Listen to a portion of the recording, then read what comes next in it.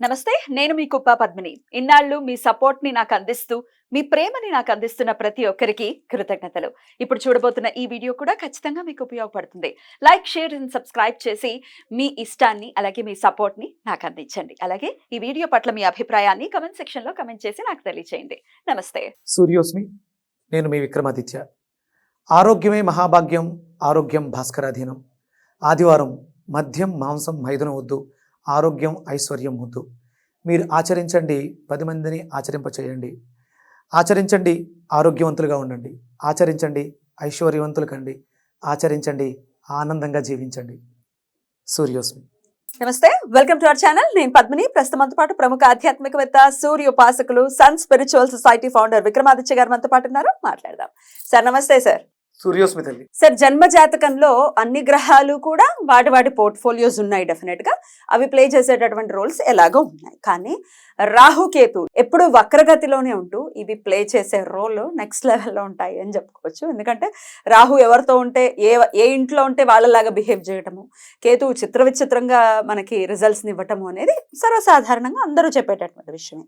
ఇక ఒక్కొక్కసారి అయితే కొంత భయాందోళనకి గురయ్యేటటువంటి పరిస్థితి కొంతమంది జాతకాల్లో ఉంటుంది. ఎందుకంటే కాలసర్పదోషం ఉందనో, సర్పదోషాలు ఉన్నాయనో, రాహుకి సంబంధించిన ఇబ్బంది చాలా చాలా నెక్స్ట్ లెవెల్లో ఉందనో చెప్తూ ఉంటారు. అసలు ఏమిటి రాహుకేతువులు మన మీద చూపించేటటువంటి ప్రభావం, ఎలా వీటి ప్రభావాల నుంచి బయటపడచ్చు? యావత్ ప్రపంచం ఈ రాహుకేతువుల యొక్క ప్రభావంతో చాలా ఇబ్బంది పడిపోతూ ఉన్నారు. ఇప్పుడా ప్రజెంట్ అంటే ఇప్పుడు జరిగేది రాహు యుగం అమ్మ, కుంభయుగం. కుంభంకి అధిష్టానం రాహుని తీసుకుంటారు. ఎందుకంటే అక్కడ మనకి శతభిష నక్షత్రం ఉంది కాబట్టి ఆయన శనికి అంటే శనివత్ రాహు, శని యొక్క ప్రభావాన్ని రాహు కూడా ఇస్తాడు. ఇప్పుడు ఆయన అక్కడికి రాబోతున్నాడు. ఇంకా లేదు, మేనంలో ఉన్నాడు, రాబోతున్నారు. శని అక్కడే ఉన్నారు. అంటే ఇవన్నీ పక్కన పెడితే ఫస్ట్ రాహుకేతువుల గురించి బాగా తెలియాలి. అసలు రాహు అంటే ఏంటి, కేతు అంటే ఏంటి? మీరు ఎప్పుడైనా అంటే మీకు తెలిసిన రాహు కేతువుల గురించి చెప్పండి. మనకి ప్రతిరోజు కూడా ఏ దేవీ దేవతా విగ్రహాన్ని చూసినా, మీరు వెంకటేశ్వర స్వామి దగ్గరికి వెళ్ళినా, విష్ణుమూర్తి దగ్గరికి వెళ్ళినా, కుబేర స్వామి దగ్గరికి వెళ్ళినా మీకు రాహుకేతువులు దర్శనమిస్తూనే ఉంటారు. ఈయనేమో పాలకడల మీద శేషతల్పం మీద ఉంటారు, శివుడేమో కంఠంలోనే పెట్టుకున్నాడు. సరే, అవి నాగుల కింద చూసుకుంటే రాహుకేతువులు మీరు ఇందాక అడిగింది శిరస్సు ఒక్కరిది, తోకొక్కరిది. మనకి క్షీరసాగర మదనంలో మోహినీదేవి అవతారంలో విష్ణువు వచ్చినప్పుడు వాళ్ళిద్దరిని ఖండించేయటం, అన్ని రాహుని ఖండించేయటం అనేది జరిగింది కదా. సో అదే తెలుసు. ఇంకా అంతేనా? వాళ్ళకున్న క్యారెక్టర్స్ ఏంటి? రాహు అది వర్ణించటం అనితర సాధ్యం. చిన్నగా సింపుల్ గా రాహు ఏమిస్తాడు? రాహు అంటే ఏంటి? మాయా. ఏదైనా సరే పెద్దగా ఇస్తాడు. ఆయనకి ఇవ్వడమే.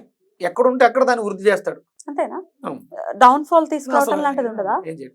ఎక్కడుంటే దాన్ని వృద్ధి చేస్తుంటాడు. అంటే ఉన్న స్థితి ఏంటి? ఒక తాగుబోతుగా ఉన్నాడు అనుకోండి, దాంట్లో వృద్ధి విపరీతంగా మందు ఫ్రీగా పోసేస్తూ ఉంటారు. మరి కేతు ఏం చేస్తాడు? విచిత్రంగా ఆయన బిహేవ్ చేస్తాడు. అసలు అదే ఈ నాకెందుకు వచ్చింది ఈ జీవితం, వైరాగ్యం. అంటే అదే ఎక్కడుంటే అక్కడ దాన్ని పాడు చేస్తూ ఉంటాడు. ఈయన ఎక్కడుంటే అక్కడ దాన్ని వృద్ధి చేస్తాడు, ఎక్కడుంటే అక్కడ పాడు చేస్తాడు. ఈయన దానికి ఆపోజిట్. తలా తోక. ఈయన ఇప్పుడు మీకు తొల్లో ఈయన ఉంటే మేషంలో ఆయన ఉంటాడు, మేషంలో ఆయన ఉంటే తొల్లో ఈయన ఉంటాడు. అంతే. ఇక్కడ ఉన్న స్థానాన్ని బట్టి రాహు ఇచ్చేటువంటి ప్రభావం. ఇది మనం మన జాతక చక్రంలో చూసుకుంటాం. మీరు వెళ్ళే ప్రతి దేవాలయంలో కూడా, ప్రతి దేవతా విగ్రహంలో కూడా రాహుకేతువుల యొక్క దర్శనం మనం చేసుకుంటూనే ఉంటాం. ఎలా? మీకు వెంకటేశ్వర స్వామి ఎలా ఉంటారుగా, మొదటి ప్రధానమైనటువంటి ఇదేంటి? ఈ చెయ్యి కాళ్ళని చూపిస్తుంటుంది, నువ్వు కాళ్ళని దర్శించుకో అని చెప్తుంది అని మనం అన్వయించుకున్నాం.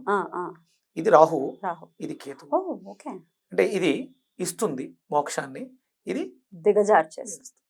అంటే ఈయన చూస్తూ ఉంటాడట. గురువు గారు చెప్పారు ఇది. మన ఇల్లు వచ్చాను కదా తమిళనాడు, ఆయన చెప్పారు రాష్ట్రపతిని జయించవచ్చు, గవర్నర్ని జయించవచ్చు, ప్రధానమంత్రిని కూడా జయించవచ్చు. రాహుకేతువుల్ని జయించిన వాడే గొప్పవాడు. జయించగలమండి. అదే దానికే సాధన చెయ్యాలి.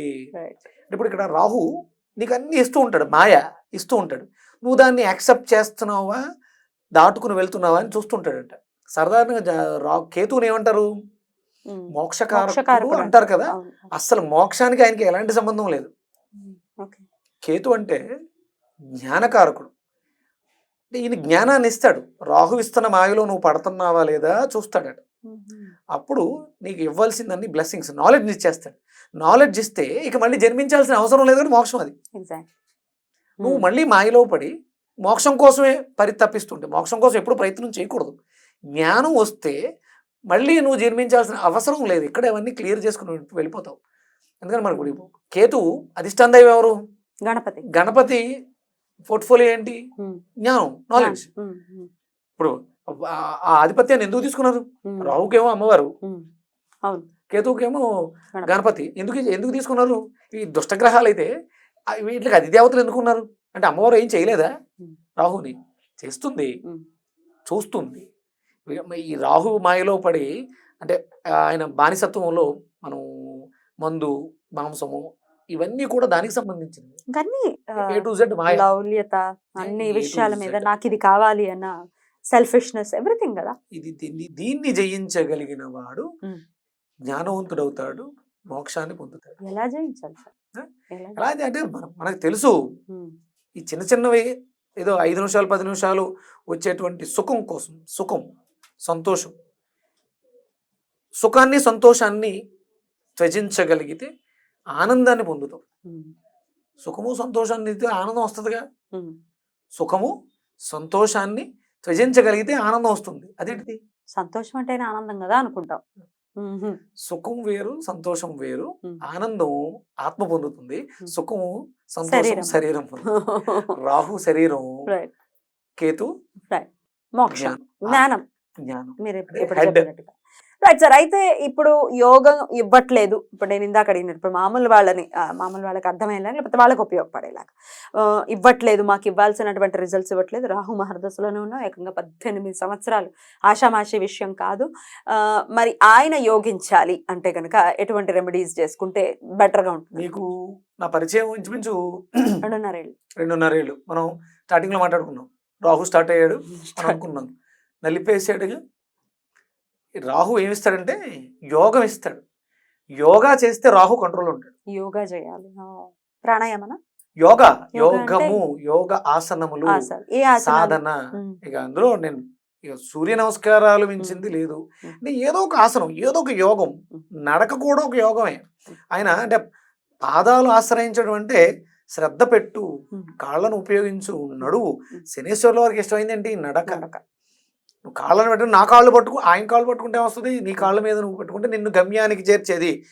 నువ్వు నీ కాళ్ళ మీద శ్రద్ధ పెడితే నువ్వు గమ్యాన్ని చేరతావు. రాహుకేతువులు చెప్పేది అది. భయపడిపోయి అయ్యో కేతు నలిపేస్తాడు, కాలు సర్పం ఉంది మాకు అంటే వేదము తెలుసుంటే ఈ రాహుకేతువుల గురించి కానీ, ఈ కష్ట సుఖాల గురించి, వీటి గురించి అసలు ఆలోచించాల్సిన అవసరమే లేదమ్మా. రైట్. అయితే రాహు యోగించాలంటే యోగా ఖచ్చితంగా చేయాలి, ఆసనాలు వేయాలి. మరి కేతువు కోసం అయితే భక్తి, శ్రద్ధ ఇవి పెడితే మనకి సిద్ధి, బుద్ధి, గణపతికి సూచికలుగా ఉంటాయి కదా. శ్రద్ధ, భక్తి ఉంటే భగవంతుడి మీద అద్భుతంగా రాహుని, కేతువుని కూడా కంట్రోల్లో ఉంచుకోగలుగుతాం. ప్రతిరోజు శరీరాన్ని శ్రద్ధగా వంచాలి. అంటే వీళ్ళకి ఇచ్చిన ప్లేసెస్ ఏంటంటే మిథునమును, కన్య. రాహుకేతువులకి ఇద్దరికి ఇచ్చిన రాసులు, వాళ్ళకి రాసులు లేవు కదా. మిథునం, రాహుకేమో కన్యను, రాహుకేమో మిథునాన్ని, కేతువుకేమో కన్యను ఇచ్చారు. ఉండరు కదా అక్కడ, ఉండరు. ఆయనకు ఉండరు, మామూలుగా ఇచ్చారు. ఇవి రెండు కూడా బుధుడు, బుద్ధికారకుడు. మనకి ఏమిటి, తెలుసుకోవాల్సిన విషయాలు ఏమిటి రాహుకేతువుల గురించి అనేది చాలా అద్భుతంగా మాకు వివరించారు. కృతజ్ఞతలు సార్. నమస్తే. సూర్యస్మిత.